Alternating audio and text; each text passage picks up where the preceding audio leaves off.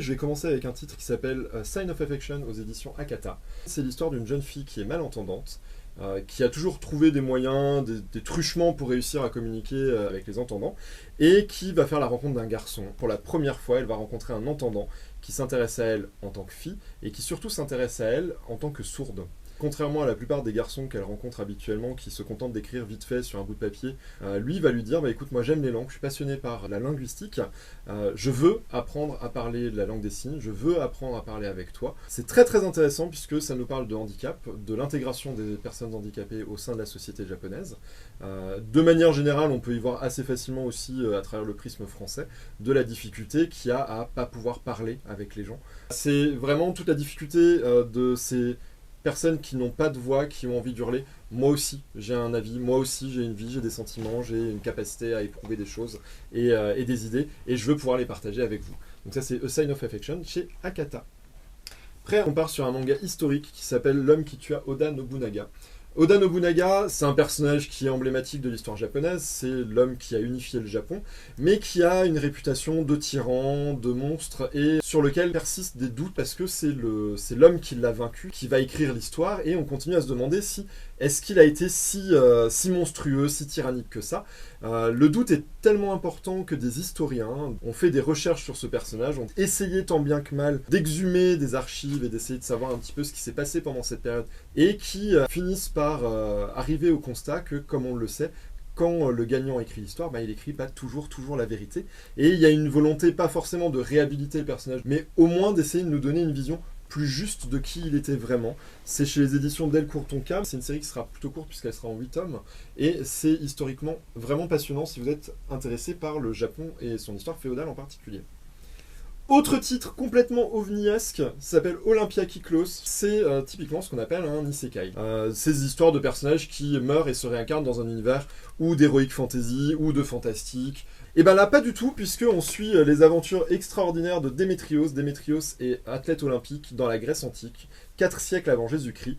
Il est frappé par la foudre et il se réveille en 1964 à Tokyo, la veille des Jeux Olympiques. Il a décidé de participer aux épreuves olympiques et c'est là qu'il va se rendre compte que non, aujourd'hui, en 1964, on ne court plus le marathon tout nu. Et c'est vraiment cette réflexion sur la rencontre un peu brutale entre deux cultures. C'est assez rigolo. Là, c'est la différence entre les époques qui est intéressante, mais ça marche avec toutes les cultures en fait. Ensuite, un titre un peu plus mélancolique, c'est un one-shot, c'est chez Kiun, ça s'appelle L'Oiseau Bleu, c'est un recueil d'histoires en fait, où on va suivre le quotidien, pas forcément très facile, de plusieurs familles, qui sont tous liés par un accident.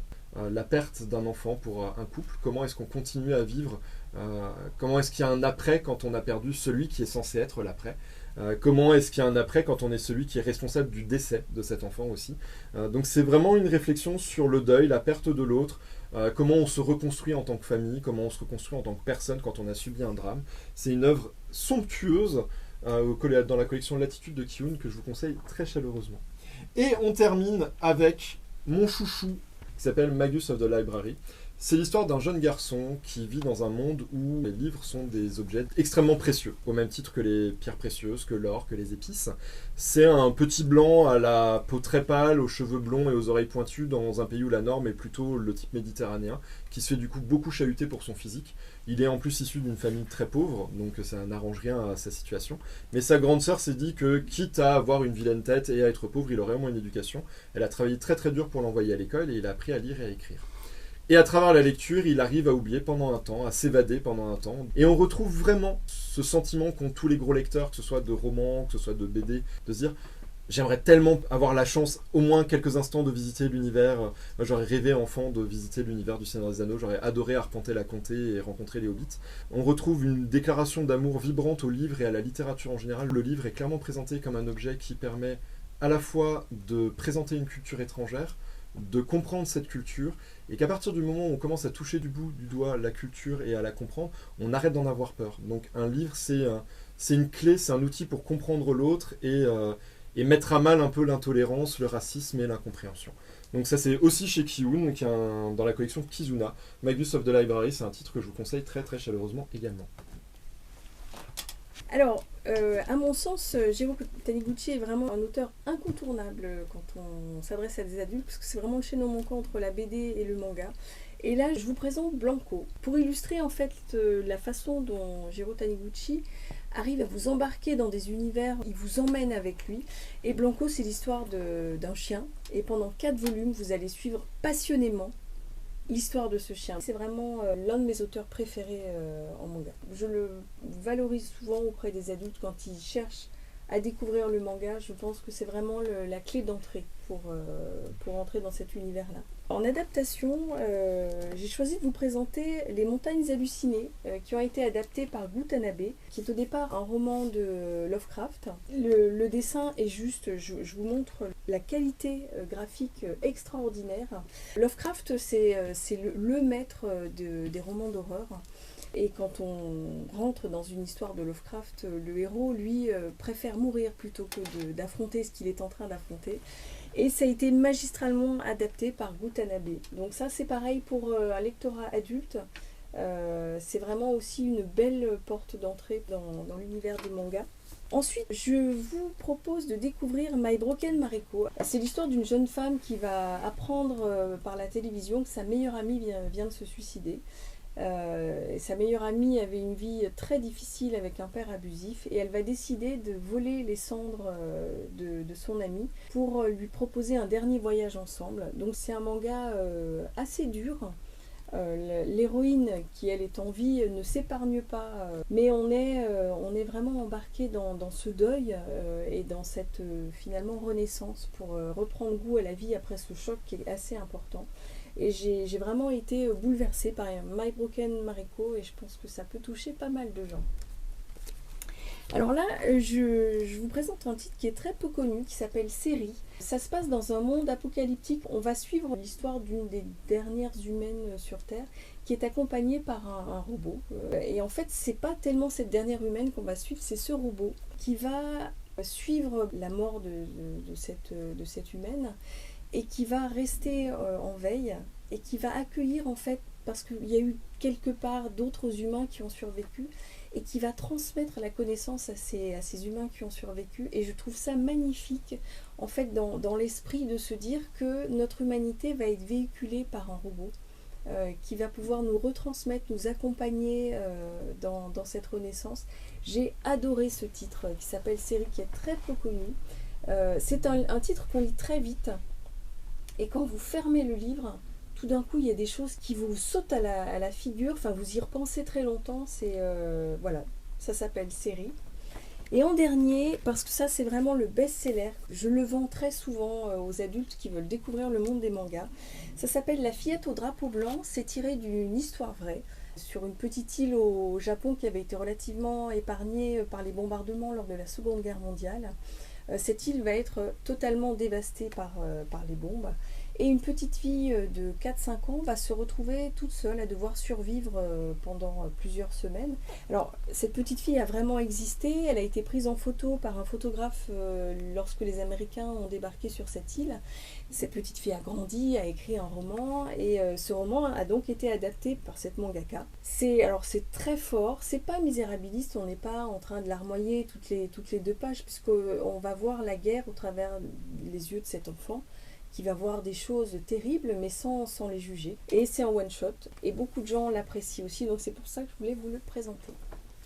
Je vais commencer par Les Oubliés. C'est une petite série en 4 tomes. C'est l'histoire d'un jeune garçon qui est à l'armée et qui promet à un de ses collègues qui vient de se faire très grièvement toucher de revenir au pays et d'aller mettre à l'abri femmes et enfants restés à Tokyo. Donc il va récupérer femmes et enfants, enfin surtout enfants parce que tout n'est pas là. Et donc il n'y a plus que cette petite fille. Et cette petite fille, il va donc la ramener sur son île natale, comme il l'avait promis. Arrivé sur cette île, il s'aperçoit que personne ne la connaît. Et que cette île, en fait, elle est bizarre, mais que le prochain bateau qui part, il est dans 6 mois. Donc il est bloqué là pour 6 mois, dans une île où visiblement les gens ne meurent pas, puisqu'il n'y a pas de cimetière. Donc ça se flirte entre le fantastique, l'horreur et cette relation avec cette petite fille. Moi j'ai trouvé ça vraiment passionnant. Ça s'appelle Les Oubliés. C'est chez Komiku et c'est vraiment très très très bien. Autre manga, autre genre, Perfect World. Perfect World, on est dans du shoujo, donc du manga sentimental romance à l'état pur. On suit l'histoire d'une jeune fille qui, quand elle était lycéenne, est tombée amoureuse d'un garçon. Le problème, c'est que c'était un peu le beau gosse du lycée. Et qu'elle était un peu numéro 55 dans la liste des potentielles filles à qui il pourrait éventuellement sortir. Et un jour, lors d'un repas d'entreprise, elle découvre ce garçon qui visiblement a été embauché dans la boîte et est devenu un collègue. Et il est célibataire. Mais en fait, il n'est pas célibataire pour rien, c'est parce qu'en fait, il a eu un accident de voiture et il se retrouve en fauteuil roulant, donc tout seul. C'est une série en 12 tomes, je crois, sur ce couple mixte de valides et d'invalides, sur le poids de la société par rapport à cette histoire. Enfin, la famille de la jeune fille qui fait « mais qu'est-ce que tu vas t'embêter avec quelqu'un qui va t'embêter la vie », etc. C'est une belle histoire, dure parce qu'ils partent dans une situation compliquée, mais toujours intéressant de voir comment c'est vécu à l'intérieur dans des histoires qui sont un peu hors du commun, on va dire. Ça fait accorde vraiment une petite leçon. On va rester dans les shoujo. Je vous prends un one-shot, donc il n'y a qu'un seul tome. Ça s'appelle Back to You. Ça mélange le fantastique et le shoujo, c'est-à-dire qu'en fait on est toujours dans cette histoire d'une jeune fille qui est amoureuse et qui vit avec quelqu'un, d'ailleurs ça fait 10 ans qu'ils sont ensemble. Elle ne comprend pas trop pourquoi il ne l'a jamais demandé en mariage. Ça se passe bien, hein, mais il s'est installé une petite routine qui fait que ça se passe bien parce que ça se passe pas. Et un jour elle va se balader dans Tokyo et elle va se perdre et elle va retomber devant le lycée où ils se sont rencontrés. Mais en fait, elle va pas tomber devant le lycée où ils se sont rencontrés, mais quand ils se sont rencontrés. Donc il y a une dimension un peu fantastique dans cette histoire. Donc elle va retrouver ce garçon, mais à l'époque d'il y a 10 ans. Donc elle va retomber amoureuse du même garçon, en fait, qui a 10 ans de moins, pour le coup. Et en fait, elle va surfer entre ces journées qu'elle va passer avec lui et ces soirées qu'elle va passer avec le lui du futur, avec cette grosse interrogation de comment on en est arrivé à cette situation en 10 ans, etc. Shibuya Elle, alors ça, c'est pour moi tout ce que les Japonais savent faire en matière de films d'horreur et de mélange des genres. On est à Shibuya, donc un grand quartier hype de Tokyo.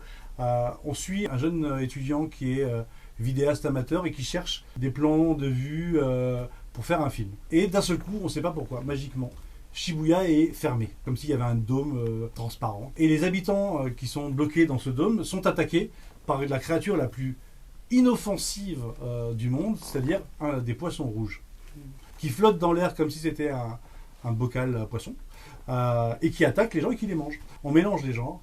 On est dans un côté complètement horreur, avec attaque de poissons géants, mode piranha, sauf que c'est des poissons rouges et que c'est un petit peu ridicule quand même, surtout qu'en plus ils parlent et qu'ils disent le plus souvent des choses genre maman. Donc très bien, survival horror, mais avec des poissons. Et alors ça c'est un peu, c'est pas que mon chouchou, c'est le chouchou un peu de toute l'équipe.